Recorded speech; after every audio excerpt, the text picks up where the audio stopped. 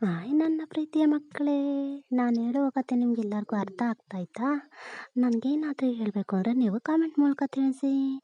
ಈ ಚಾನಲ್ನ ಸಬ್ಸ್ಕ್ರೈಬ್ ಮಾಡ್ಕೊಳ್ಳಿ, ಲೈಕ್ ಮಾಡಿ. ಇವತ್ತಿನ ಕತೆ ಹೆಸರು ಹುಲಿರಾಯನ ಆಮಂತ್ರಣ. ನೋಡೋಣ ಹೇಗಿದೆ ಅಂತ. ಒಂದು ದಟ್ಟ ಅಡವಿಯ ಪಕ್ಕದಲ್ಲಿರುವ ಊರಿನಲ್ಲಿ ನಾಯಿಯೊಂದು ವಾಸವಿತ್ತು. ಅದಕ್ಕೆ ಆ ಅಡವಿಯ ಹುಲಿರಾಯನೊಂದಿಗೆ ಸ್ನೇಹವಿತ್ತು. ಒಂದು ದಿನ ಅಡವಿಯಿಂದ ಕಾಗೆಯೊಂದು ಆ ಊರಿಗೆ ಬಂದು ನಾಯಿಗೆ ಸಮಾಚಾರವನ್ನು ತಂದಿತ್ತು. ಅದೇನೆಂದರೆ, ಹುಲಿರಾಯನು ತನ್ನ ಪುಟ್ಟ ಮಗುವಿಗೆ ಹುಟ್ಟುಹಬ್ಬಕ್ಕೆ ನಾಯಿಯನ್ನು ಆಮಂತ್ರಿಸಿದ್ದಾಗಿಯೂ ಅಗತ್ಯವಾಗಿ ಬರಬೇಕೆಂದು ತಿಳಿಸಿತು. ಹುಲಿರಾಯ ನೆನಪಿಟ್ಟು ಆಮಂತ್ರಣ ಕಳಿಸಿದ್ದಾನೆಂದು ನಾಯಿ ಸಂತೋಷದಿಂದ ಅಡವಿಯ ಕಡೆ ಪ್ರಯಾಣ ಬೆಳೆಸಿತು. ದಾರಿಯಲ್ಲಿ ಅದಕ್ಕೆ ಹಂದಿಯೊಂದು ಎದುರಾಯಿತು. ಮಿತ್ರ, ಎಲ್ಲಿಗೆ ಹೊರಟಿರುವೆ ಎಂದು ಕೇಳಿತು. ಹಂದಿ, ನಾಯಿಯು ಹುಲಿರಾಯನ ಮಗನ ಹುಟ್ಟುಹಬ್ಬಕ್ಕೆ ಆಮಂತ್ರಿಸಿದ್ದಾರೆ.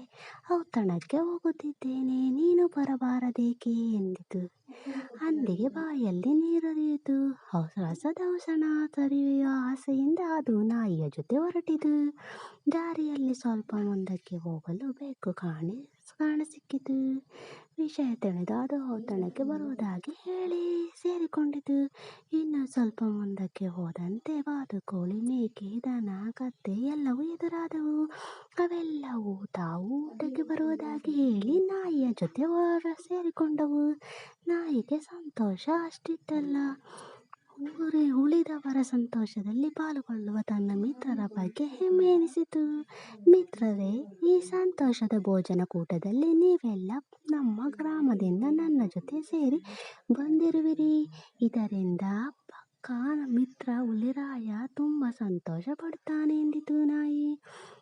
ನಾಯಿಯನ್ನು ಕಂಡ ಹುಲಿರಾಯ ಸಂತೋಷದಿಂದ, ಮಿತ್ರ, ನೀನೊಬ್ಬನೇ ಬರುವೆ ಎಂದುಕೊಂಡಿದ್ದೆ, ಆದರೆ ನಿನ್ನ ಮಿತ್ರ ಬಳಗವನ್ನೇ ಕರೆತಂದಿದ್ದಿ. ಸಂತೋಷವನ್ನು ಇತರರ ಜೊತೆ ಹಂಚಿಕೊಂಡರೆ ಸಂತೋಷವು ಇಮ್ಮಡಿಯಾಗುತ್ತದೆ ಎಂದಿತು. ನಾಯಿಗೂ ಅದರ ಮಿತ್ರರಿಗೂ ಭರ್ಜರಿ ಭೋಜನವನ್ನು ನೀಡಿ ಕಳಿಸಿಕೊಟ್ಟಿತು. ಬಹಳ ದಿನಗಳ ಉರುಳಿದವು. ಒಂದು ದಿನ ಮತ್ತೆ ಅದೇ ಕಾಗೆ ಊರಿಗೆ ಬಂತು. ನಾಯಿಯನ್ನು ಕಂಡು ಹುಲಿರಾಯನ ಅಮ್ಮ ತೀರಿಕೊಂಡಿದ್ದಾಗಿಯೂ ಈ ದಿನ ಉಪವಾಸ ಆಚರಣೆ ಇದೆ, ಬರಬೇಕೆಂದು ಹುಲಿರಾಯ ತಿಳಿಸಿದ್ದಾನೆ ಎಂದು ಹೇಳಿತು.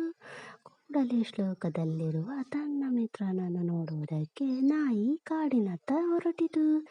ದಾರಿಯಲ್ಲಿ ಅದರ ಮಿತ್ರರೆಲ್ಲರೂ ಎದುರಾದರು. ಉಪವಾಸ ಆಚರಣೆಗೆ ಹೊರಟಿದ್ದಾಗಿ ಹೇಳಿತು. ನಾಯಿ ಆದರೆ ಯಾರ ಜೊತೆಗೆ ಬರಲು ತಯಾರಾಗಲಿಲ್ಲ.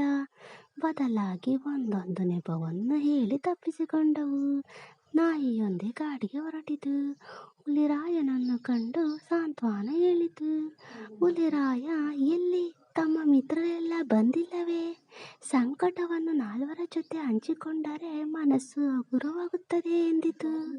ಮಿತ್ರರೇ, ನಮ್ಮಲ್ಲಿ ಸಕಲ ಐಶ್ವರ್ಯಗಳಿದ್ದಾಗ ಬಂಧು ಮಿತ್ರರು ಸುತ್ತಲೂ ಇರುತ್ತಾರೆ. ಆದರೆ ಕಷ್ಟದಲ್ಲಿದ್ದಾಗ ಯಾರೂ ಹತ್ತಿರ ಸುಳಿಯುವುದಿಲ್ಲ. ಗೊತ್ತಾಯ್ತಾ ಮಕ್ಕಳ? ನಮ್ಮ ಜೊತೆ ಅಂತಸ್ತು ಐಶ್ವರ್ಯ ಎಲ್ಲ ಇದ್ದಾಗ ಎಲ್ಲರೂ ನಮ್ಮ ಮಿತ್ರರು ಬಂಧುಗಳೇ ಆಗಿರ್ತಾರೆ. ಅದೇ ಕಷ್ಟ ಬಂದಾಗ ಯಾರು ಸಹ ನಮ್ಮ ಜೊತೆ ನಿಲ್ಲೋದಿಲ್ಲ.